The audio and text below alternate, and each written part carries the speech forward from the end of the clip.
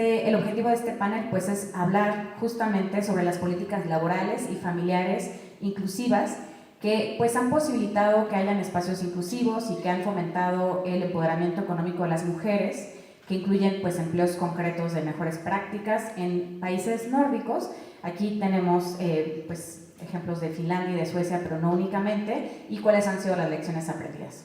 Entonces, la primera pregunta va dirigida a Mila, a Gabriela, a Cristina, y quisiera yo que nos puedan responder tal vez en unos 5 minutos más o menos, aunque sé que también venimos de un panel en donde se ha profundizado un poco más, pero qué tipo de políticas, según su experiencia, han facilitado el empoderamiento económico de las mujeres. Es una pregunta muy amplia. Si quieren empezamos con Mila, después con Gabriela y terminamos con Cristina. Hi, dear colleagues and dear all. First of all, I'm really honored to be here today with you and to share some examples from Finland and to also hear your examples from Mexico. I worked in the ministry for the government with gender equality issues regarding working life. And I must highlight first the importance of the strong legislative framework, because key factors in women's economic empowerment is equal access to working life, equal working conditions, and equal pay. And this is not possible without equal sharing of care duties. And to make this all happen, we need really strong legislation. And just a small example from Finland first. As Mia already mentioned, we have a good childcare system in all the Nordic countries. And in Finland, all our biggest steps towards more equal share of care have been through legislation. And I think more equal sharing of childcare and parental leave has happened after we have significantly increased fathers' quota in family leaves. And since 2022, just a couple of years, the quota has been the same for both parents. There is a share that you can transfer to other parent, but the main thing is that this is the equal share for both parents. And this reform has been quite successful, and it has also changed attitudes quite quickly, because before the reform, the public opinion was strongly against this equal division of care work. But when we still did it, the legislation has changed attitudes for better for just a couple of years. So the fathers' days that fathers are taking has already doubled after this change. But I also want to say a couple of words about the implementation, because after the legislation we have the tricky part, which is the implementation. And there we cannot work alone, the government, but we have to emphasize the role of workplaces, businesses and public and private sector, which is really important in implementation. And a couple of examples again. The Gender Equality Act in Finland obliges all employers who employ at least 30 people, they have to draw up a gender equality plan. And the plan has to include the equal pay audit and concrete measures to bridge the pay gap.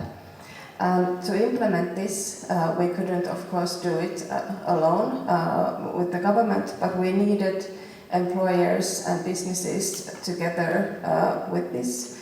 Employers' organizations, together with trade unions, they made these guidelines for workplaces to how to implement this legislation, how to draw up these plans so that they could best work at the workplaces. And they see it, the businesses see it as a good way to, for example, to implement family-friendly policies in workplaces, which is seen as beneficial for companies as well. And a second good practice is for equal pay. And we have this strong tradition in Nordic countries for tripartism, which means that employers' organizations, employees' organizations, and government together work for gender equality. And we have this joint equal pay program, which is negotiated by employers, employees' organizations, and trade unions. And we have done this since 2006. And the equal pay program, it has jointly agreed measures to how to bridge the gender pay gap in different sectors of society, for example in pay systems and in workplaces. And the equal pay program also always includes measures to increase the father's share of family leaves. So it's really, without this cooperation, it would be really difficult for us to, for example, bridge the gender pay gap, which is still quite big in Finland, 16%. So we need to cooperate with everyone, and I think this is gender inequality is a complicated issue, and we have to do this cooperation. It's not always easy, but it's worth it.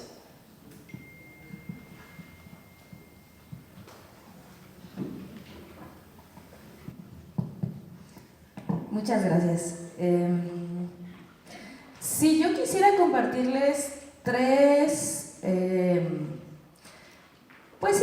apuestas del gobierno de la Ciudad de México. Lo primero es un poco preguntarnos qué implica el tener un gobierno que se nombra feminista y cómo, desde una entidad como la Secretaría de Mujeres, podemos incidir en el resto de la política pública. Nuestra institución tiene una facultad. Nosotras emitimos un dictamen técnico de perspectiva de género en todos los programas públicos, acciones de gobierno, de todas las otras secretarías. Y eso ha tenido un impacto importante porque una secretaría sola no va a lograr cambiar al patriarcado. Es, como ya lo dijo la secretaria Concheiro, un tema estructural, y si bien las secretarías y los institutos que trabajan en torno a los derechos de las mujeres tienen un gran compromiso con la violencia de género, los servicios y acabar con esta problemática, tenemos que entrar en otras agendas. Entonces, particularmente, ¿qué se revisa? Que la política pública tenga diagnóstico, metas, indicadores de género. Y esto implicado, por ejemplo, el programa público de créditos Fondeso establezca metas para asignar crédito a emprendedoras y mujeres. Y que esta oferta un poco se piense para la diversidad de mujeres. Tenemos créditos de 3,000 pesos, que serán unos 150 euros, hasta 300,000. No focalizar tampoco, aunque sí, por el bien de todas, primero los pobres, no focalizar la respuesta económica en los perfiles más vulnerables, porque también hay microempresarias y también hay mujeres en todos los distintos niveles, ¿no? Que es un poco lo que pasa cuando tienes una política centrada en violencia que atiende a autonomía económica, estás pensando como en este perfil de bajos ingresos y pocas oportunidades. La segunda, el programa de cooperativas. Sí queremos trabajo, pero no cualquier trabajo. Las cooperativas permiten redistribuir los ingresos y las utilidades. ¿Por qué? No nos sirven más trabajos para mujeres en una maquila en el norte del país por un salario miserable. Ni nos sirve que desarrollen la Riviera Maya con hoteles extranjeros mientras nuestras mujeres limpian cuartos y dejan el cuerpo en el servicio que están dando. Entonces, las cooperativas son una apuesta compleja por temas de gobernanza y por temas de cómo se estructura la toma de decisiones, el plan de negocios de forma colectiva, pero que creemos que vale la pena apuntar hacia este otro tipo de alternativas. Y por último, reaccionar un poco a lo que nos acaban de compartir, ¿no? Creo que en México el movimiento feminista apostamos mucho por la vía legislativa, ¿no? Entonces, tener mejores leyes, pero nuestras leyes no se implementan. Tenemos una excelente ley en contra de la violencia federal, local, y nos siguen matando. Entonces, hay que dar un paso a la política pública. Nos concentramos en CEDAW, nos concentramos en instrumentos, buscando que con eso le vamos a exigir a los tomadores de decisiones. Creo que lo que es claro es que tenemos que llegar nosotras para implementar. Y tenemos ya el marco normativo.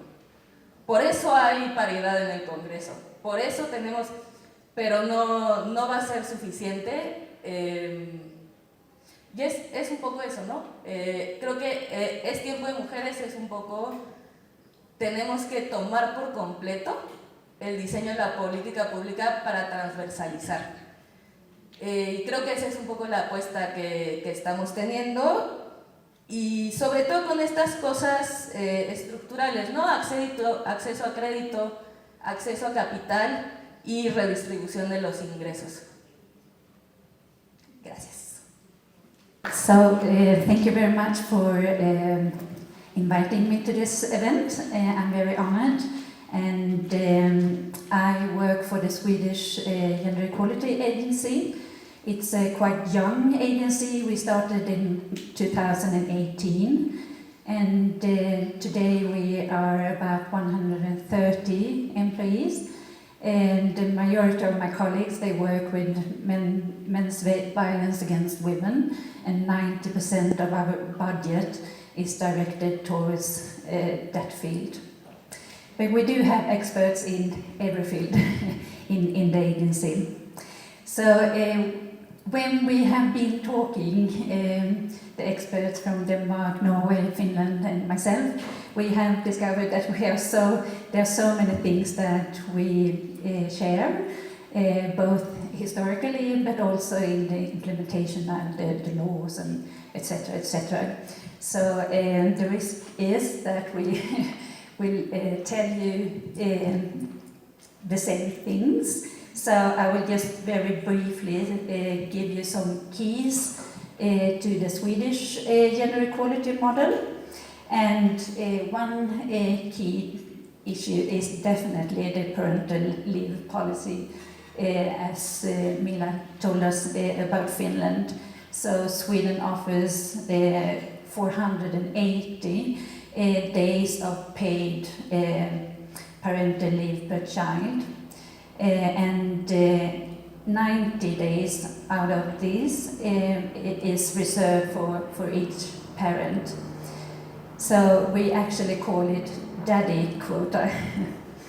But as you heard Mia told you before, it's only about 30% of these days that are actually taken by the fathers, and it's 70% taken by the mothers. So it's still a challenge to get fathers to take responsibility for child care at home. But at least this system gives fathers an active caregiving role. And I would say that taking parental leave in Sweden is a norm today. So people will question if a man doesn't take his parental leave. But then we also have this public childcare system, and it's a high quality and state subsidized child care system, and it enables both parents to work. But as Mia said, we also have publicly funded elder and disability care. We also have strong employment protection and labour market policies, and Sweden has a strict law on gender-based discrimination, and companies are required to conduct annual pay audits to address gender pay gaps. A workplace, as Mila said, needs to have a quality plan, and I think it needs to be updated every second year. And unions also play a vital role in setting equal pay standards in Sweden, and also to fight the gender-based disparities. So I would like to add something that I think is very important in Sweden, but it doesn't have to do with women's economic empowerment directly, but definitely indirectly. It's the gender mainstreaming in government agency program that we have in Sweden. It was launched 2013, and it's aimed to integrate gender perspective into operations of 60 government agencies. So the Swedish Gender Equality Agency has a government assignment to lead this program. So, as you probably know, gender mainstreaming involves embedding a gender perspective into all aspects of policy making, planning, implementation, and evaluation. So, what is our role as an agency for this program? So, we have a whole department working with this program on gender mainstreaming. So we provide a broad range of guidance and tools to other authorities. And we have these step-by-step guides for gender implementation, but also for sexual harassment, etc., gender budgeting, and so on. We also assist in developing indicators at the other agencies and methods to measure progress, hopefully progress. And we also work with capacity building in these 60 other government agencies through training and workshops, and in a dialogue with these agencies. So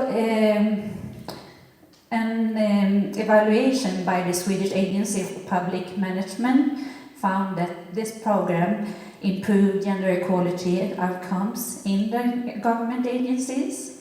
It is, and it has been very successful. So building on that evaluation, the Swedish Gender Equality Agency introduced a new program based on the early one, with focus on knowledge exchange and collaboration between agencies. So we cluster agency by the issue that they work with. Example, like the police force together with the court agency and the health sector per se. So they work in different clusters. So we facilitate discussions and networking between these, because they often face the same problems and the same challenges. So if they speak to each other and network, and so they can improve their work on gender mainstreaming. For instance, the agency facilitated discussions how traditional masculinity norms influence crime rates, leading to more gender-informed crime prevention strategies, for example. But we have also worked on demand of the agencies on how to work with an intersectional perspective. So it has been a great work, and it been so successful actually that today we have been approached by several other countries to support them in their implementation of a similar program. So today we work in Bosnia and Herzegovina and in Kosovo to help them to implement this program. That was a long one. Thank you. Muchas gracias a Mila, a Gabriela, a Cristina. Y quisiera que pudiéramos profundizar tal vez un poco más en el caso de Finlandia, sobre todo en cómo creen que los gobiernos y las empresas pueden implementar políticas laborales y familiares para mejorar el empoderamiento económico de las mujeres, ¿no? Hablamos de varios casos, pero aquí en específico, gobiernos y empresas. Yeah, thank you. As I said, we have this tradition of working together and cooperating with businesses and private sector and also public sector.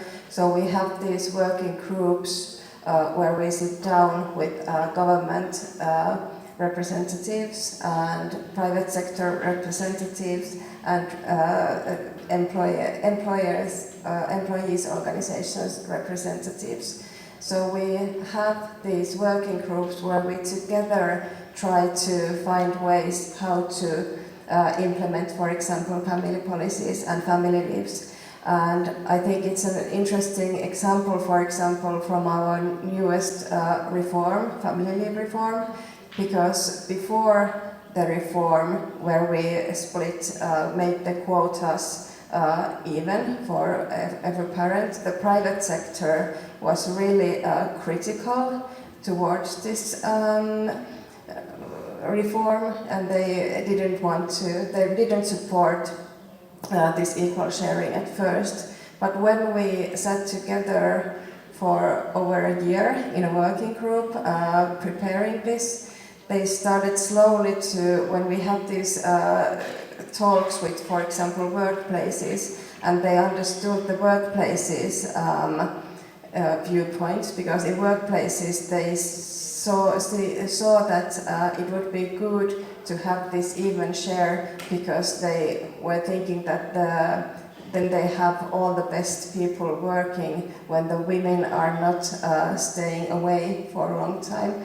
And now, after the reform has been in force, like since 2022, the private sector, they are like, okay, this was good, we are happy with this, and they are really pro family leave system now, and actually they want to make this quota that is possible to transfer to other parent. They want to make it smaller, because it seems that most of these transferable days that you can transfer to other parents are transferred from fathers to mothers. And the private sector is now really keen to make this transferable part smaller, because they have seen the benefits of equal sharing of family leaves. So I think it's really, it's often a very slow process. We have to sit in these working groups together with private and public sector and government for, sometimes it takes a couple of months, but usually it's like half a year or even a year. But it's really worth it, because if we spend this time together before these huge reforms and legislative changes, it really helps the implementation afterwards. So I think it's really, it's not, it's time consuming, but it's worth it. Thank you very much, Mila, muchas gracias. Y aquí quisiera aprovechar el espacio también como para hacer profundizar una reflexión y también contarles desde la Secretaría de Economía cómo estamos viendo esto. Coincido plenamente con Gabriela que finalmente no son suficientes solamente tener legislaciones, normas, hay que ir a la implementación, pero sin lugar a dudas es un paso. Y a veces trabajar con el sector privado, con las empresas, tiene esta parte que es importante en el que exista un diálogo permanente, una suerte de negociación, pero también la batuta la tiene que tener el sector público, ¿no? Para eso también pues, el gobierno tiene que ser rector en esto, en el tema de la corresponsabilidad, pero también de la redistribución. Y en ese sentido, en la Secretaría de Economía tenemos una unidad que justamente de lo que se encarga es de velar por la actualización y la emisión de normas oficiales mexicanas o de estándares de ISO, etc. Y pues estamos en trabajos iniciales, reflexivos, de cómo desde el sector privado pueden entrarle mucho más de lleno a todo el sistema progresivo integral de cuidados, cuál es el rol de las empresas, no únicamente en términos de los espacios físicos, como lo estamos viendo, ¿no? O sea, si dividimos estas políticas, sino también en el uso del tiempo de las personas, en que además no se sigan acentuando sesgos inconscientes de género a partir de la política pública. Y esto me va a dar pauta a la siguiente pregunta que nos van a responder Lourdes y Cristina, en donde justamente hemos visto muchas políticas públicas que de no diseñarse de manera correcta o de no implementarse de manera correcta, pueden tener los efectos contrarios a los deseados inicialmente o seguir reforzando una redistribución desigual o enfocada en las mujeres únicamente, ¿no? Y no en realidad en esta corresponsabilidad que estamos buscando. Entonces, la pregunta en concreto es ¿cómo puede una mala implementación de políticas laborales y familiares inclusivas afectar el rol de las mujeres en el ámbito laboral? Y le voy a dar la voz a Lourdes porque todavía no la hemos escuchado. Adelante, Lourdes. Muchas gracias y un agradecimiento a todas las personas que han participado en la organización por considerar en este panel la Conferencia Interamericana de Seguridad Social. Gracias a mis compañeras también, un honor compartir este panel y gracias por la moderación también aquí a nuestra compañera. Bueno, saludo también a las autoridades que nos acompañan y a mis compañeras de la CIS que también vinieron a este evento. Como decía la moderadora, frecuentemente nos encontramos con problemas de implementación, pero tenemos que poner nuestra atención en los problemas de diseño, ¿no?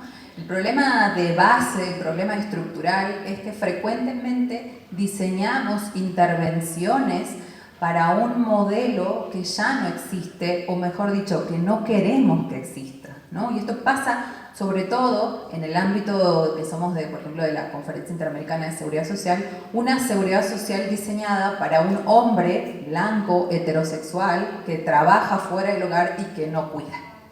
Eso es lo que tenemos que empezar a desmontar.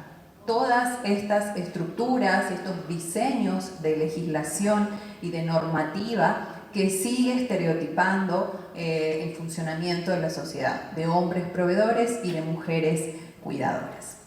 Yo quisiera, antes de avanzar, porque constantemente en este foro estamos usando una expresión, y saludo a todas mis colegas que veo aquí de la agenda, y por supuesto a las organizaciones que compartimos la cooperación internacional y de la que venimos trabajando muy fuertemente para incidir y para impulsar la agenda, incluso en su momento con el Mujeres y ahora muy fuertemente con la Secretaría de las Mujeres, porque es una agenda absolutamente crítica. Políticas familiares inclusivas, para quienes abogamos y reivindicamos una agenda latinoamericana, una agenda feminista, una agenda con enfoque de derechos humanos, puede que esta expresión nos suene extraña. Porque lo que abogamos son por políticas corresponsables de cuidados. Y esto no es casual, esto es parte de nuestra reivindicación, hablar simbólicamente de cuidados, ¿no? No de solo de políticas familiares o políticas laborales, esto rebasa meramente el laboral. Esto es un cambio de paradigma. Muchísimas colegas activistas nos dicen estamos frente a un cambio de civilización. Y esto implica también cambiar la forma en la cual nos referimos a estos asuntos, ¿no? Entonces lo que impulsamos, ¿no? Y quizás un primer aprendizaje de este intercambio, ¿no? Que generosamente desde las embajadas nos invitan, es a repensar la forma en la que le llamamos a estas intervenciones. Hablemos de cuidados y hablemos de corresponsabilidad, y la corresponsabilidad en dos sentidos.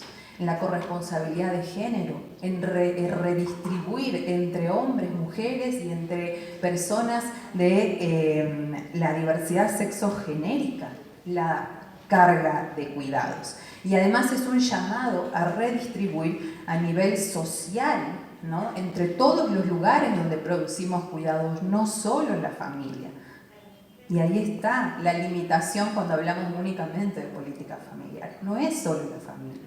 Tenemos que redistribuir el cuidado en los otros lugares donde se produce. En el Estado, en el mercado donde compran las personas que pueden, que tienen dinero, porque solo se puede comprar, pero también podemos regular el mercado con políticas corresponsables y, por supuesto, los cuidados comunitarios.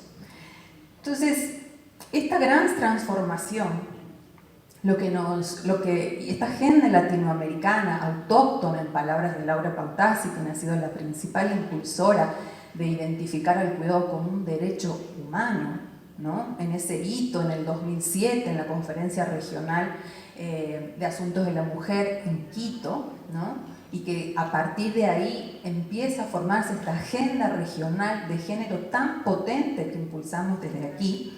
Esa gran transformación de la apuesta por el derecho al cuidado, a lo que nos llama es a reconocer de una vez y para siempre que el cuidado es un asunto de resolución pública, colectiva, social, no es un asunto de resolución privada. No es cada quien le hace como pueda. No es una política para ayudar a las mujeres o ayudar a la familia. Es una política con enfoque de derechos. Cuando reconocemos que el cuidado es un derecho, nos interpela a que todos y todas tenemos que ser corresponsables y fundamentalmente el Estado es un llamado a exigir condiciones para ejercer derechos, especialmente el derecho al cuidado. No es un llamado a exigir ayudas o a pedir permisos, sino a exigir condiciones para ejercer derechos. Las políticas corresponsables de cuidados con este enfoque feminista, con este enfoque de derechos humanos, pues claramente no tienen el objetivo de liberar tiempo únicamente para que las mujeres nos insertemos en el mercado laboral. ¿Para qué hacemos todo esto? ¿No? Las políticas corresponsables de cuidados buscan compartir con justicia el trabajo de cuidados que es inherente a la humanidad. Nadie sobrevive sin cuidados. Nadie. Entonces es una cuestión de justicia social, de género, diríamos las feministas, ¿no? ¿Hacemos esto para liberar tiempo de las mujeres? Sí, pero no únicamente para que vayan al mercado laboral, para que podamos ser dueñas del tiempo y hacer lo que queramos con ese tiempo, como nuestros pares varones. Entonces es una cuestión de justicia. Queremos tener y contar con dispositivos institucionales, sí, de política pública, sí, pero también de políticas laborales, de mandatos culturales que nos hacen tanto daño. Es una cuestión de dignidad, ¿no? Queremos que todas las personas, hombres y mujeres, tengamos las condiciones para poder ejercer el derecho al cuidado.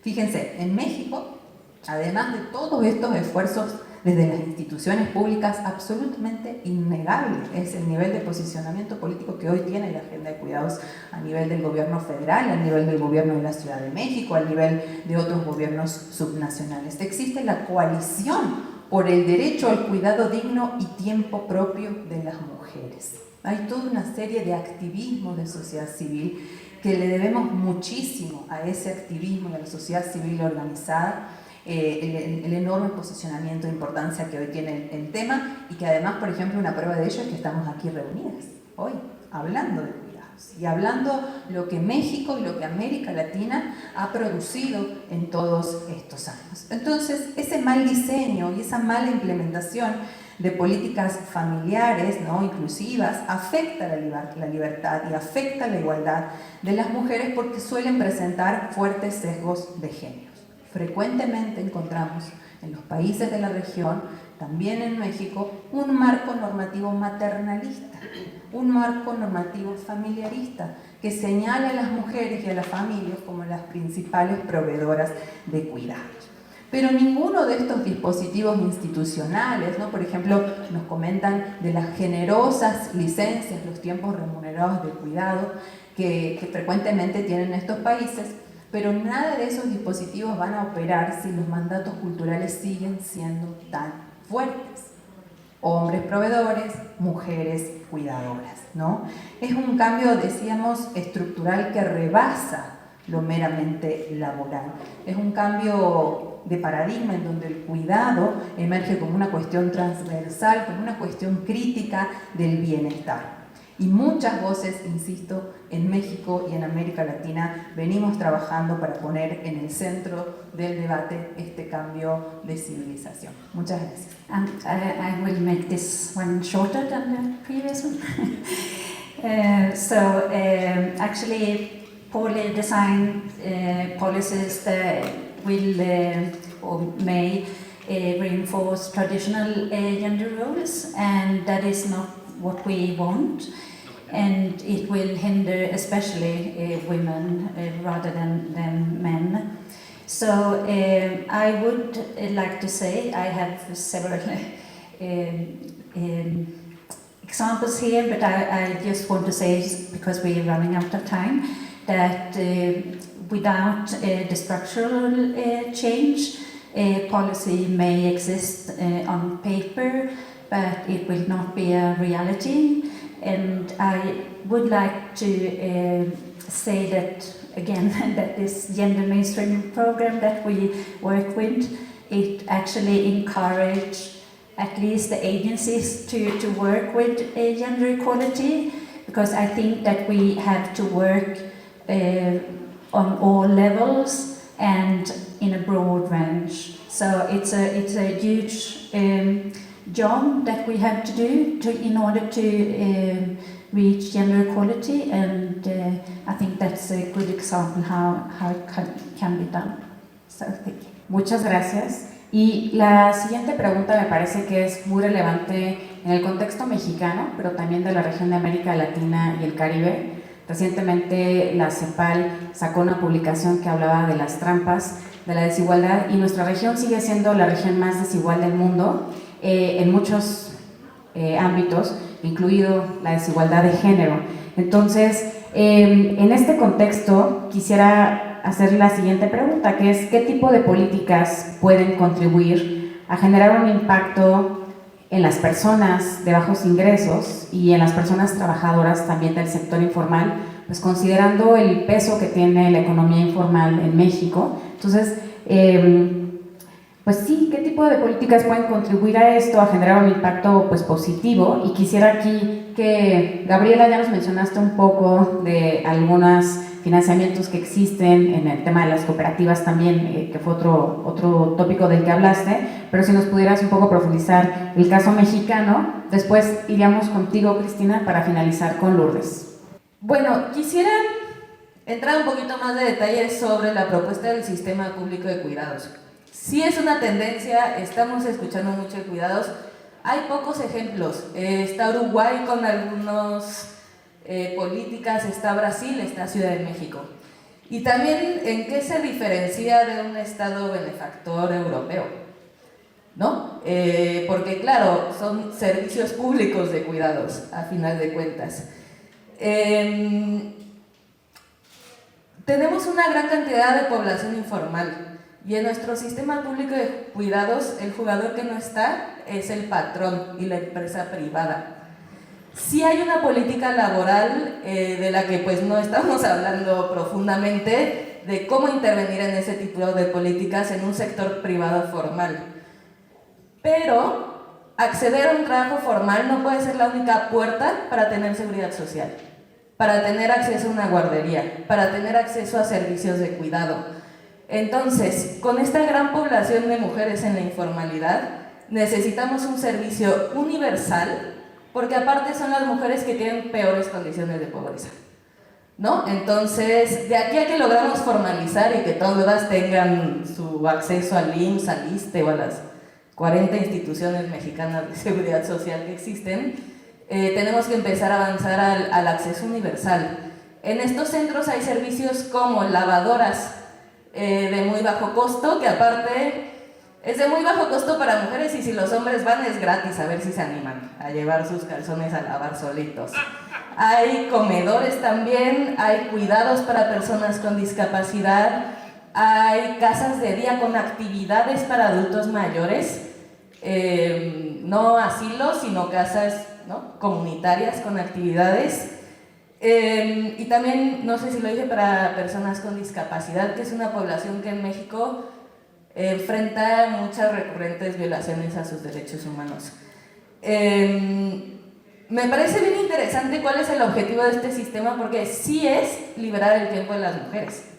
Y esa ha sido toda una discusión. No es tener más justicia, no es liberar el tiempo de las mujeres, porque también la carga de cuidados impide acceder al trabajo formal. Y porque hay una deuda histórica. No necesitamos guarderías para que las mujeres podamos ir a trabajar. Necesitamos guarderías porque nos toca a todos y nosotras lo hemos hecho gratis mucho tiempo en perjuicio de nuestra seguridad económica, capital y de vida. Quiero destacar también otra muy buena práctica, aunque es a nivel federal, que tiene que ver con las políticas interseccionales muy específicas. La colaboración entre el Instituto de Migración y el Sistema Nacional de Empleo y las oficinas locales. Existe una estrategia que ha sido muy efectiva de acompañar a las personas deportadas de Estados Unidos en el acceso al Sistema Nacional de Empleo y crear bolsas de trabajo específicas y de trabajos que no sean trabajos indignos. Creo que esa, ¿no? O sea, ¿cómo podemos de forma muy específica hacer una alianza con el sector privado para atender a estas poblaciones?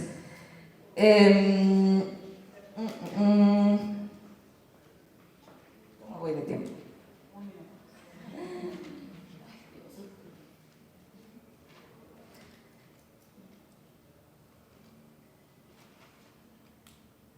Sí, entonces solo destacar también otro programa que tenemos, un programa social que son transferencias económicas, que tiene que ver con las mujeres en riesgo de feminicidio. Entonces, también entendemos desde la Secretaría de las Mujeres que a veces no hay condiciones para conseguir trabajo. El vivir un episodio de violencia requiere un acompañamiento psicológico, requiere un acompañamiento de muchos tipos, pero también la posibilidad de tener un ingreso seguro en lo que las mujeres logran salir de casa. Entonces tenemos un programa económico que son alrededor de 9,000 pesos mensuales por un periodo de más de 6 meses, que creo que también es muy buena herramienta, ¿no? Como estas políticas para poblaciones muy específicas, en donde siempre es mejor propiciar políticas donde las mujeres accedan a oportunidades, capacitación, ¿no? Otras, pero que también existe la posibilidad de una política asistencial útil, transitoria, en situaciones de crisis que pueda acompañar a mujeres que tienen su vida en riesgo. So in Sweden, the formal labor market dominates. We don't have a huge low informal sector, I would say, but still there are some lessons that still apply, and it's this universal access to benefits. So we have family benefits, healthcare and education, and it's accessible and it's more or less for free, regardless if you are where in the labor market you are. It comes with an income, so to say. And we have been talking about this subsidized childcare is based on income. So we in Sweden Sweden uses this sliding scale model, and therefore it's affordable also for low-income families. And if you are employed or both parents are employed, children can still go to kindergarten, because it's not only about the parents, it's also about the children. So, for example, if the children do not have Swedish as a mother tongue, if they go to the kindergarten, they will learn Swedish probably in a better way, and if they do not go to the kindergarten.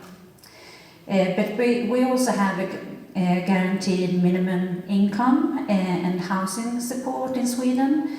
And we also have this outreach program and skill building. We have invested a lot in adult education and integration program, especially for immigrant women, and helping them to into the formal employment with better pay and security. So we still face some problems because we have a large number of immigrants in Sweden, and so we have to reach out to them, and we have some new challenges in the Swedish context. Bueno, creo que al hablar justamente de cómo podemos, o buenas prácticas, ¿no?, que hayan tenido un impacto en familias de bajos ingresos y todo el sector de personas trabajadoras de la informalidad, es muy útil hablar de la intersección que hay entre el derecho al cuidado y el derecho a la seguridad social, ¿no? Aquí nuestra compañera de la Ciudad de México nos decía algo que es una realidad, es triste y doloroso, pero es así. Solamente en la mayoría de nuestros países en América Latina acceden a prestaciones de seguridad social si cuentan con un empleo formal asalariado, ¿no? Y en efecto, eso lesiona algo que es también un hecho real y que los estados tienen una responsabilidad en asegurar, y es que en realidad la seguridad social es un derecho humano no sujeto a la condición laboral de las personas. Es decir, ahí tenemos una primera barrera que desafortunadamente nuestros gobiernos nacionales, si bien están buscando la forma de diversificar este acceso a la seguridad social, seguimos viviendo bajo un paradigma laboralista de la seguridad social, ¿no? Y esto lesiona derechos, ¿no? Y esto lesiona específicamente derechos de este sector en el que nos están preguntando en esta pregunta, ¿no? Entonces creo que es muy útil que repensemos esta relación en términos de derechos, ¿no? ¿Por qué? Porque pues todas las personas, por el solo hecho de ser personas, deberíamos tener garantizado acceso a prestaciones, en este caso, por ejemplo, de cuidados, en nuestras sociedades, ¿no? Son interdependientes, hay una interdependencia muy fuerte de ambos derechos, ¿no? Pero bueno, lo que ha predominado en la traducción institucional de la materialización de la seguridad social en la región a nivel normativo es esta mirada, una mirada sesgada, una mirada limitada, que no ha considerado nunca el aporte del cuidado a la seguridad social, ¿no? Y esto es muy importante cuando lo pensamos en términos de reconocer. ¿Estamos dispuestas y dispuestos como sociedad a reconocer que el cuidado es un trabajo? Quizás no es un empleo en los términos de recibir una remuneración, pero ¿hasta dónde estamos dispuestas y dispuestos a decir es un trabajo? Lo que hacemos millones de personas diariamente para sostener la vida en nuestros hogares y fuera de nuestros hogares es un trabajo que implica tiempo, que implica recursos, que implica el uso de habilidades mentales y físicas, y que el resultado es distinto a la persona que lo hace. ¿Cuál es el resultado de trabajar cuidando? Mantener con vida a las personas y a muchas otras seres vivientes, mascotas, plantas, el mundo, ¿no? Sin el trabajo de cuidados el mundo no operaría tal cual lo conocemos. Estamos dispuestas y dispuestos a reconocer que en tanto trabajo puede ser la vía de acceso a seguridad social. Existe, esto existe. A mí siempre me gusta, y además celebro porque aquí nos acompañan dos personas que fueron impulsoras de este programa en un país hermano de la región, en Ecuador, ¿no? En el Ecuador existe el régimen de afiliación de las personas que realizan trabajo no remunerado de cuidados. Es decir, la seguridad social admite como una figura posible de afiliación que te definas como una persona cuidadora no remunerada y te da acceso a prestaciones de seguridad social. Eso es un paso enorme, porque entonces como sociedad han reconocido que lo que hacemos millones de personas en nuestros hogares y fuera de los hogares es un trabajo digno de ser protegido por los mecanismos de seguridad social, ¿no? Fíjense, el cambio de concepción, de paradigma, es realmente transformador. Entonces, es fundamental comprender que en este contexto las más perjudicadas son estas familias de bajos ingresos. ¿Por qué? Porque son las que tienen menos posibilidades de delegar cuidados. ¿Por qué? Porque no tienen recursos para comprar cuidados en el mercado y porque fundamentalmente se emplean en sectores informales que no acceden a prestaciones por la imposición de este paradigma laboralista y porque desafortunadamente les resulta menos costoso que sean las mujeres las que se queden a cuidar en los hogares. ¿Se dan cuenta? Entonces es un círculo que tenemos que eliminar de una vez y para siempre. Tenemos que ampliar, diversificar la oferta de servicios públicos de calidad y de acceso universal para que esté disponible para todas las personas, ¿no? Entonces, para llegar al conjunto de esta población necesitamos materializar en serio la seguridad social y el cuidado como derechos humanos interdependientes. Gracias. Y antes de pasar a la última pregunta, también quisiera yo hacer una reflexión desde la dimensión espacial. Yo soy arquitecta y soy urbanista, entonces al venir desde esta dimensión, creo que una parte muy importante para poder realmente mejorar la calidad de vida de las personas con menores niveles de ingreso en ciudades que han crecido de una manera con muchísima segregación y desigualdad socioterritorial, también tiene que ver con la ubicación, con poner en el mapa, literal en el mapa, los cuidados y bueno, no únicamente los cuidados y poder tener los equipamientos de cuidado, sino todo lo que se necesita, las redes que sustentan, las redes de infraestructura física que sustentan esos cuidados.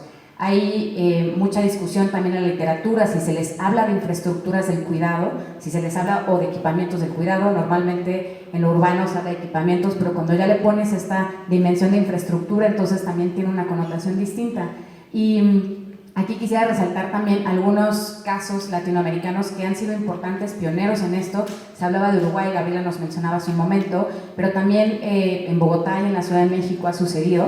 En Bogotá fue muy interesante que a partir de la implementación de las manzanas del cuidado justamente en la pandemia, que eso fue como un parteaguas para poderle poner el foco a toda la agenda de cuidados en el mundo y en la región en específico, fue que después estas manzanas del cuidado están en el programa de ordenamiento territorial.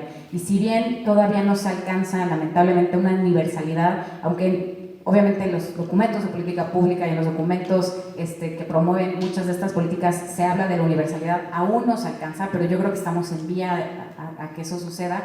Y en la Ciudad de México, ya lo mencionaba Gabriela con las utopías, pero también con los pilares, en donde hay estas infraestructuras de cuidado que están distribuidas en la ciudad, en las colonias en donde hay mayores índices de marginación, de rezago, y que muchos de estos programas que están vinculados a un espacio físico también tienen que tener la dimensión de cómo se llegan a estos espacios, ¿no? Si donde están los espacios de cuidado infantil o las casas de adulto mayores muy lejos de donde las familias viven, pues al final hay una carga desproporcionada adicional que se está dando para todos estos pues, recorridos y estos viajes o las movilidades de cuidado que hablan las colegas urbanistas, feministas.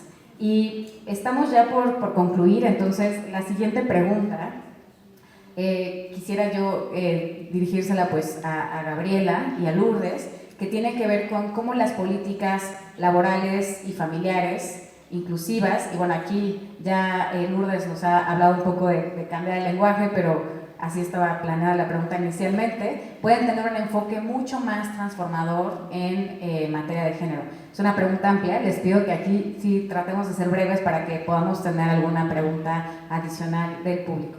Entonces, Gabriela, adelante. Sí, voy a ser breve, pero voy a mencionar otra cosa, porque me parece muy, muy importante.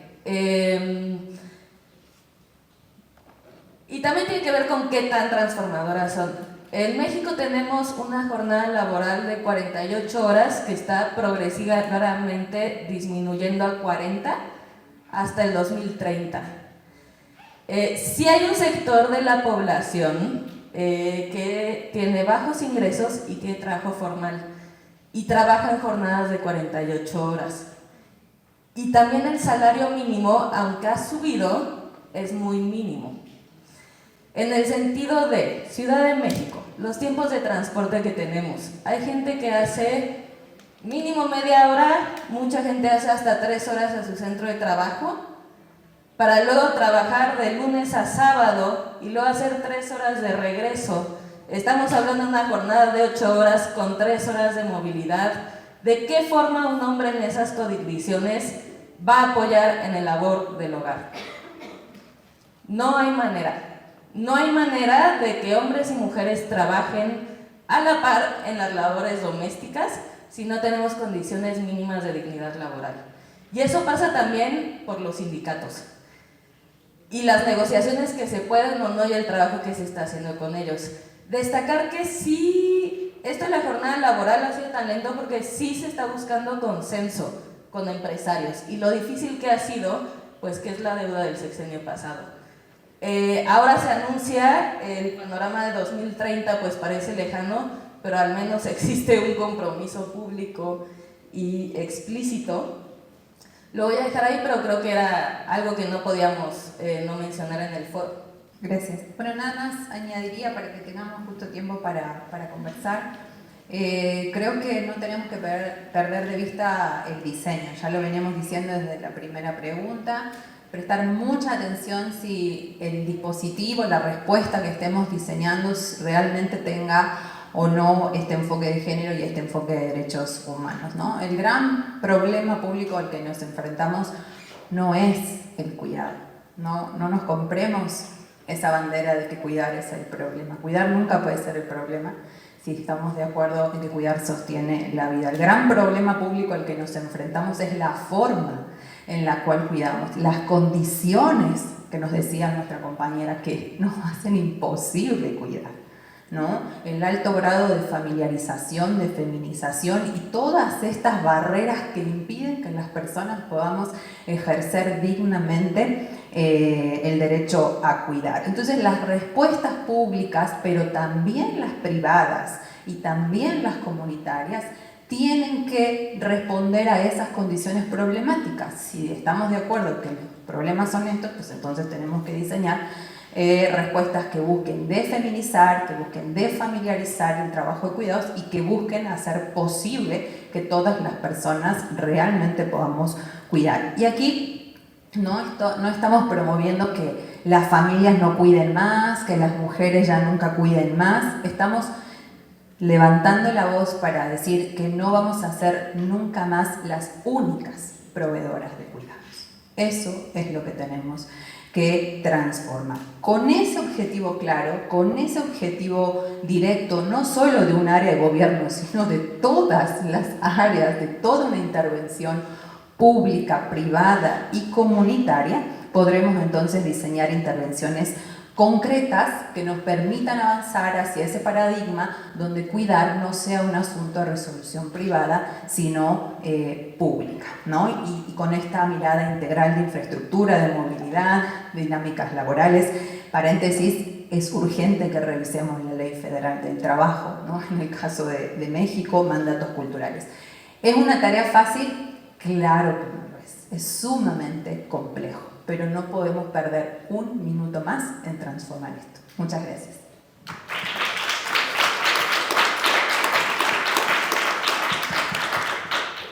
Muchas gracias, pues yo me siento muy honrada de estar en este panel tan diverso, tan maravilloso, y quisiera aquí pues invitar al público, si tienen alguna pregunta, la persona de azul, si pueden decir su nombre y de dónde nos acompañan.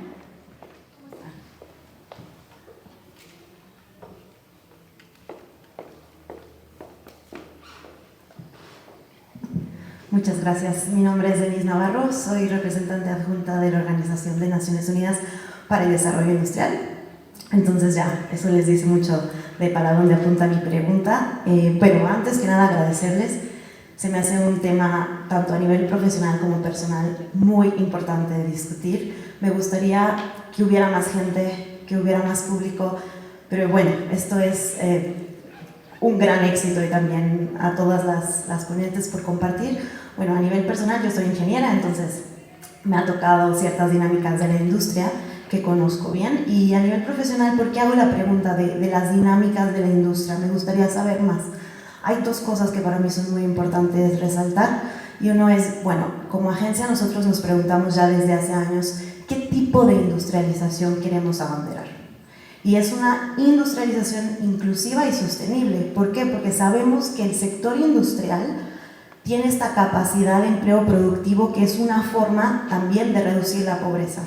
Tenemos programas, proyectos en otros países donde apuntamos también a la discusión de género, y es muy relevante para nosotros que se considere en toda intervención industrial. En México, por ejemplo, por lo menos el PIB manufacturero aporta, creo que el 20-30, si no mis colegas de acá de CEPAL me pueden corregir, y es uno de los sectores que mayor formalidad tiene un 90 punto y algo de formalidad. Sin embargo, el 70% del empleo formal en la manufactura está ocupado por hombres. Entonces, sabiendo que es un sector que tiene alto potencial de empleo productivo, que es una de las avenidas que podríamos usar, ¿dónde está la discusión de las mujeres en la industria? Y eso me lleva a mi segundo punto. Nosotros hemos tenido la oportunidad de conversar no solo en México, sino en Centroamérica, cubrimos desde la oficina en México toda la región, de un proceso, yo diría, de reindustrialización del continente, si no es más allá del mundo. ¿Por qué? Porque hoy en día se vuelve a discutir lo que es la política industrial e incluso la política productiva. Con mis colegas de CEPAL hemos tenido este acercamiento, y creo que en mi punto de vista, en los congresos a los que yo he ido, en las conversaciones que he participado, no se habla de cómo esta reindustrialización, esta política industrial está tomando en cuenta a las mujeres y toda la temática de la transversalidad que esto, el enfoque de género, pues le da. Entonces, a mí me gustaría saber si existe ya dentro de México este enfoque, estas conversaciones, sobre todo en el marco del Plan México, aprovechando que está aquí la Secretaría de Economía y la Secretaría de las Mujeres, a nivel sectorial. Y también me gustaría al final resaltar dos cosas, que es claro, el rol de los países nórdicos, específicamente agradecerle a Noruega porque está coliderando con México en la UNUDI lo que es la Declaración de la Mujer, que se espera que se apruebe ahora en octubre en nuestra conferencia general, donde la propuesta es también tener un Día de la Mujer en la industria. Así que bueno, muchas gracias. Muchas gracias. Vamos a recibir dos preguntas más y ya respondemos de este lado. Y por allá atrás también, de lentes de blusa azul, había levantado la mano. Después te pasamos el micrófono. Gracias. Sí, gracias. Yo soy Amneris Chaparro, soy investigadora y directora del Centro de Investigaciones y Estudios de Género de la UNAM. Quiero regresar a la palabra clave que nos trae aquí, que es la de igualdad. Creo que hay un entendido de que comprendemos que es la igualdad cuando realmente es un proyecto político que puede tener muchas vertientes. Creo que hay un entendimiento de la igualdad que es como empoderamiento económico, un entendimiento de la igualdad que, si nos vamos con el feminismo clásico de hace 300 años, estamos hablando de una igualdad en libertad, y también un entendimiento de la igualdad como un potencial transformador. Entonces, ahí yo creo que hay algo muy interesante en todas estas apuestas desde los países nórdicos, lo que hace México, porque hay un proyecto político, pero me preocuparía pensar que ese proyecto político de la igualdad solo se reduzca a la paridad, a llegar a un 50-50 en ciertos espacios y no en el potencial transformador de la palabra igualdad que han propiciado las feministas desde hace muchos siglos. Y aquí creo que el tema de la política pública es que la igualdad, no importa qué tipo de igualdad estés pensando, requiere dinero. La igualdad de género cuesta. Entonces mi pregunta sería, pues, ¿qué pasa con los presupuestos de género? ¿Cómo están pensados en los países nórdicos? ¿Qué está pasando en el caso de México y de América Latina? Porque buenas intenciones, personas muy capaces tenemos, pero creo que sin dinero no podemos llegar a tener esos proyectos políticos de una manera mucho más concreta. Y aprovechando, mi última pregunta tiene que ver con el backlash de género. Hay en este momento una serie de movimientos y apuestas de alto nivel político que son antigénero, antifeministas, antimujeres, antidisidencias y que tienen un amplio espectro de incidencia. Entonces me pregunto qué pasa en el caso de los países nórdicos, cuál es la lectura desde México, desde Latinoamérica, y muchas gracias por el panel. Muchas gracias por el panel, súper interesante. Yo soy Graciela Rock, directora de La Cadera de Eva, un medio feminista. Veo que hacen así muy bien. Tengo dos preguntas. Una es sobre, sí, la parte laboral, digamos, ¿no? Que cuando hablamos de las condiciones materiales que se han ido degradando, ¿no? Y la precarización total del trabajo, particularmente hacia las mujeres, pero no solamente. Y si hay colegas de medios aquí, podemos hablar de que cuando hablamos de empleo informal, parece que estamos hablando de quien vende en un mercado ambulante o las señoras que venden desde su casa, pero somos o son todos quienes no tenemos acceso a seguridad social, que trabajamos en empresas, que no nos tienen dadas de altas en la seguridad social. Hablo en primera persona porque yo sí estoy dada de alta. En La Cadera sí respetamos los derechos laborales. ¿Y qué está pasando con esto? ¿No? Es decir, siento que en la conversación no estamos reconociendo esa realidad que en México es brutal, ¿no? La muchísima gente que está en empleos que tendrían que caer en la categoría de formal y que no están. Y que entonces tampoco tienen acceso a nada de esto. Y la segunda, que es un poco más amplia, y sí me gustaría, un poco retomando lo que dice la colega de los cuidados, del sostenimiento de la vida, que al final es el mercado, es la vida, es la comunidad, es todo. ¿Cómo ha ido siendo o cómo está siendo el trabajo entre el motor del gobierno, por así decirlo, en tus palabras, y el trabajo, como diría Rita Segato, anfibio entre lo político, no, entre la política y lo político, ¿no? ¿Cómo ha sido en los países nórdicos el trabajo con las organizaciones de base, con los feminismos comunitarios? Se están dando presupuestos, se están fondeando, hay negociaciones, hay pláticas, o se están trabajando de forma paralela pero separada, ¿no? Y me gustaría saber cuál ha sido la experiencia en los países nórdicos.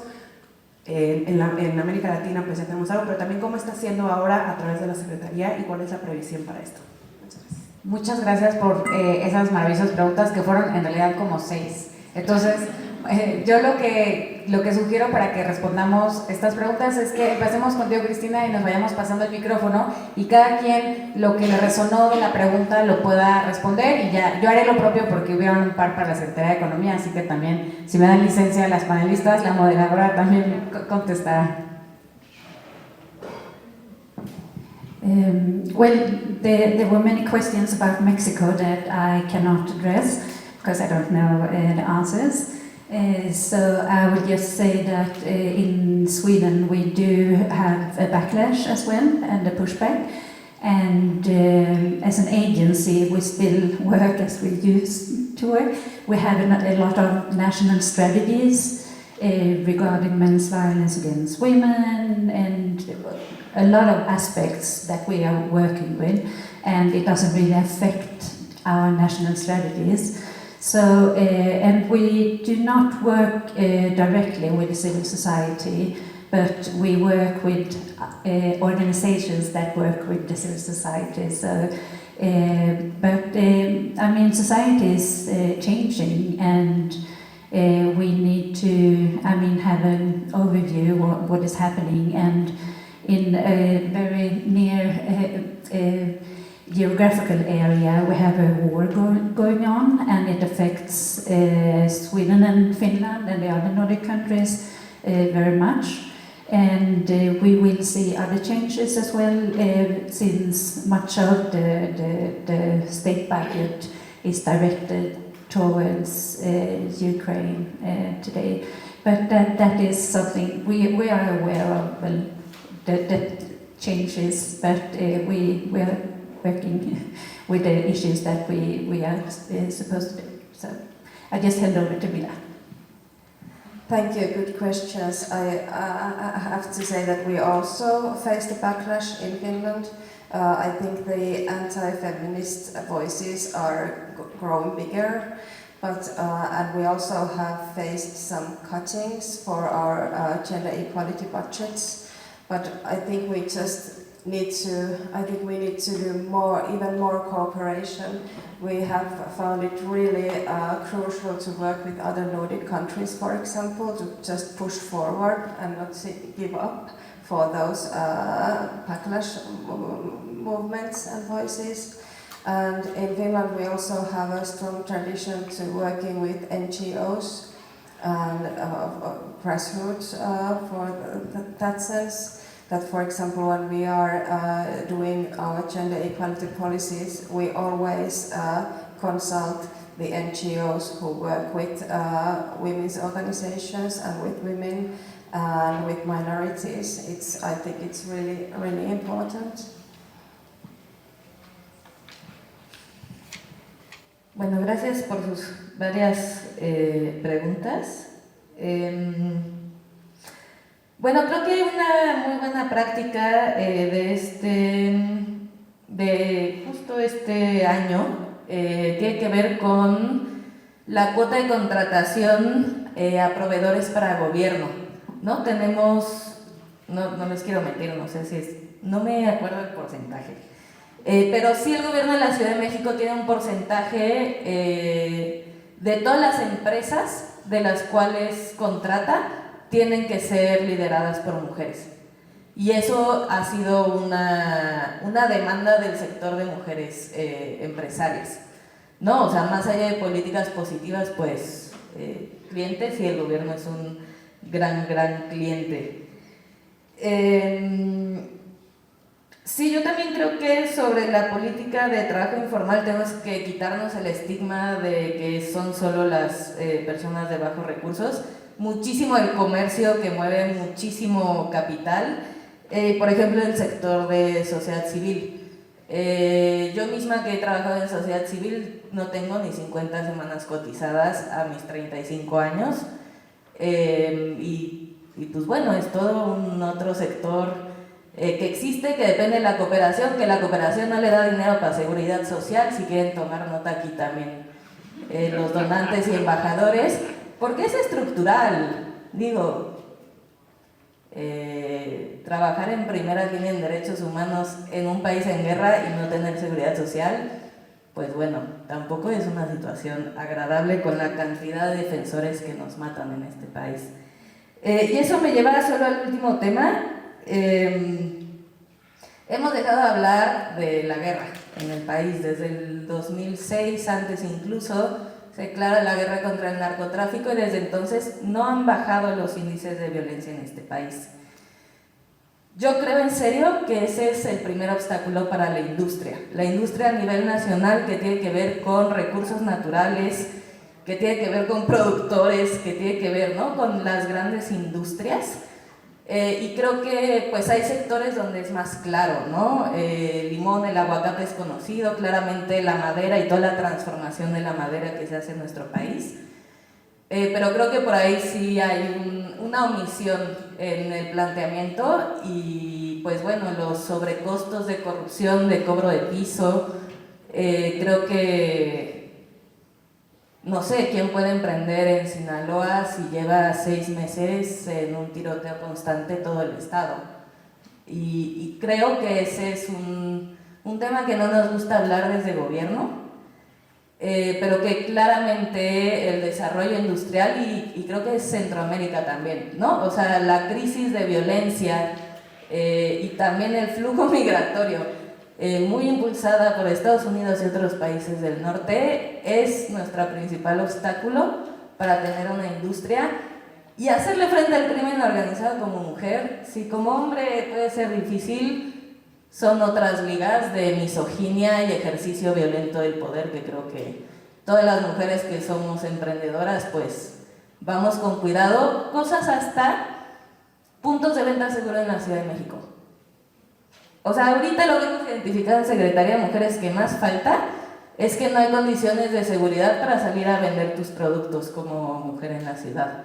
Entonces, pues bueno, creo que cruza por ahí el tema industrial también.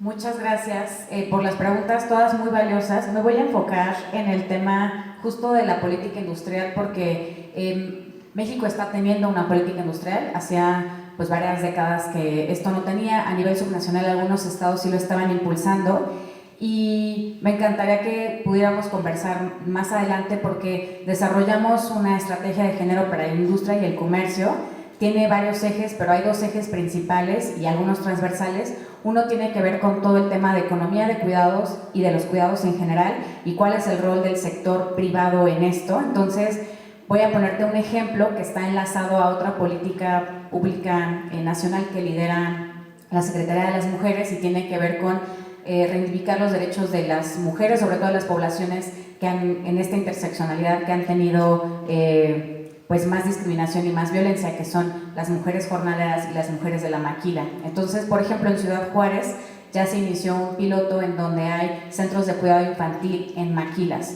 Desde la Secretaría de Economía estamos, pues les decía hace un momento, como esbozando los primeros trabajos de una norma de cuidados para los espacios laborales. Entonces, yo creo que ahí va de la mano con la industria. ¿Y por qué lo digo? Porque por un lado es tener claro que hay que desfeminizar, o sea que si se van a dar, por ejemplo, en estos espacios, la posibilidad, y me refiero a parques industriales, la posibilidad de tener, o la obligación, más que la posibilidad, la obligación por parte de los empleadores, pero la posibilidad por parte de todas las personas empleadas, indistinta si eres hombre, mujer, o si son tus nietos o nietas, ojalá que lleguemos hasta allá. Todavía me conformaré con que sea para todas hijas, hijos, hijes de las personas que están ahí, que son trabajadoras, porque muchas veces se sigue reforzando esto que solo es para las madres, ¿no? Y entonces eso lo complica mucho más. Y esto va de la mano también con la dimensión espacial territorial, o sea que entender bien en dónde en el territorio, porque si finalmente la industria está a 2 horas de donde yo vivo, y no está alineada una política también como de vivienda y de provisión de otros equipamientos y servicios, es muy difícil que yo pueda, si soy una mujer que quiere entrar a trabajar en la industria automotriz o la industria, ¿no?, que pueda compaginar todo, porque finalmente hasta que no se dé ese cambio estructural que tendrá que ir de la mano, en donde dejemos de seguir diciendo que las mujeres son las que cuidan, pero en los hechos todavía hay que cambiar eso, porque la realidad es que sigue siendo así. Entonces eso sigue siendo una brecha de acceso para las mujeres. Y eso aunado a capacitación, porque muchas veces estos sectores se han masculinizado porque se siguen replicando los estereotipos de género o los sesgos inconscientes también, en donde a lo mejor sí ya accedí a entrar a una vocacional, pero a la mitad me salgo porque pues la verdad eran puros hombres mis colegas, porque yo desde que me estaba formando sufría violencias, porque a lo mejor esa transferencia de conocimiento que a veces se da, pienso en el sector de la construcción, las personas que manejan grúas en México generalmente y en Centroamérica, es un colega, un familiar que le enseña, y normalmente si es el padre, el tío, no sé qué, no le enseña a la hija, a la sobrina, le enseña al hijo, ¿no? Entonces, también con capacitación, cómo podemos empezar a romper estas barreras para poder tener una mayor incidencia.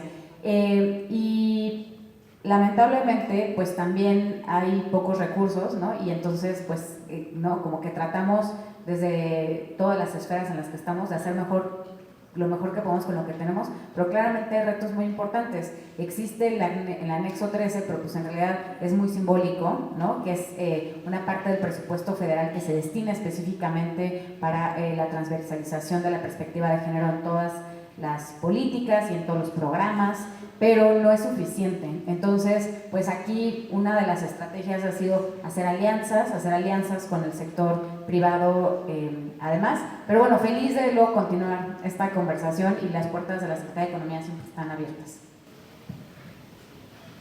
Bueno, a mí me gustaría puntualizar sobre fiscalidad y cuidados, un poco hacia donde el tema del uso de los recursos, tomando la posta de lo que aquí la compañera nos está diciendo. Es absolutamente cierto que no vamos a avanzar sin recursos. Cuidar es caro, ¿no? Y si no, les preguntemos a los millones de mujeres que dejaron su vida cuidando, ¿no? No es solo caro en términos de recursos, de tiempo, se lleva proyectos vitales de millones de personas, ¿no? Porque se la pasan 20, 30, 40, 50 años cuidando.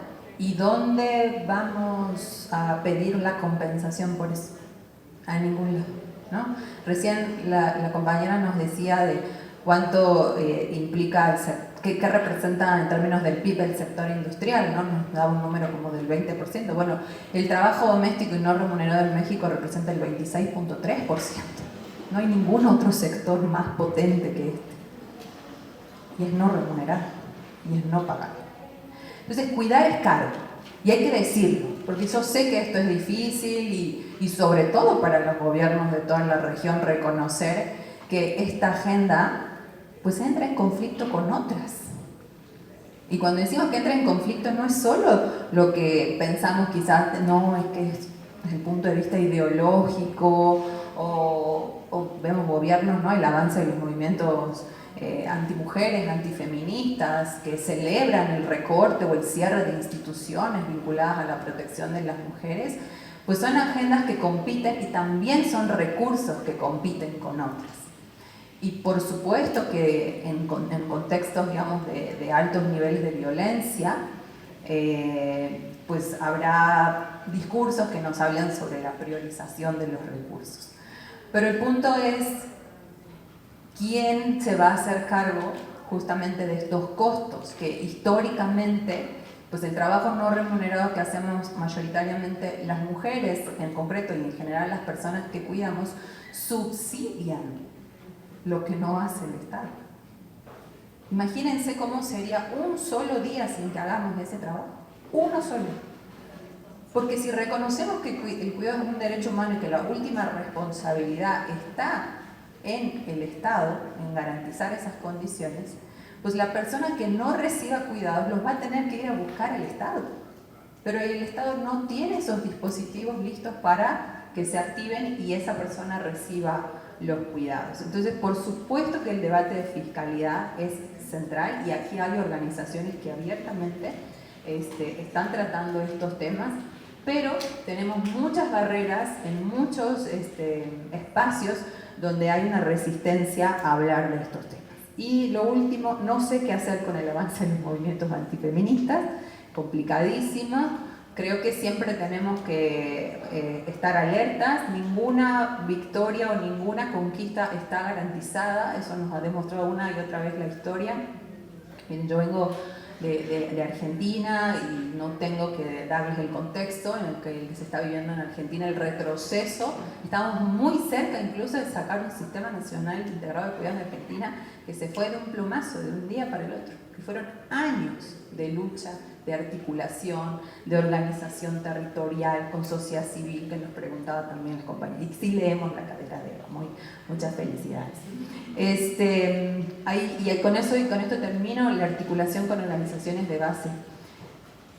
Yo vengo de la cooperación internacional, desde la Conferencia Interamericana de Seguridad Social, siempre promovemos y de hecho somos sede del Encuentro Nacional El Futuro de los Cuidados, que llevamos 2 años haciendo junto con un montón de organizaciones que están aquí presentes, porque queremos dar el debate y porque confiamos y creemos fuertemente que no hay una política de cuidados sin territorio, sin organizaciones que articulen las demandas del territorio y la traduzcan y ayuden a los gobiernos a identificar dónde está el problema y qué es lo que hay que hacer. Y hay ejemplos claros, y aquí no vengo a decir que hay buenas prácticas en el sentido de que como ahí funcionaron las tenemos que cumplir, pero de los pocos ejemplos que existen en América Latina, las políticas de cuidado se sostienen en el tiempo si ha habido esta articulación con sociedad civil. Porque miren, los gobiernos y las administraciones cambian, pero si no creamos y no sostenemos la demanda y esta reivindicación del cuidado como un derecho humano desde la sociedad organizada y en general, pues va a pasar lo que les acabo de contar. Va a haber un nuevo gobierno y de un plumazo nos vamos a quedar sin absolutamente ningún programa política y mucho menos un sistema integral de cuidados. Entonces, no te puedo contestar cómo está la relación porque no soy gobierno ni sociedad civil, pero sí decirte que es absolutamente central que existe esa articulación y que la experiencia comparada nos ha demostrado que es sumamente ventajosa para ambas partes. Muchas gracias. Muchas gracias y pues con esto ya damos fin a este panel. Agradecer enormemente este esfuerzo colectivo, colaborativo, especialmente a las embajadas de los países nórdicos y un fuerte aplauso también para ustedes.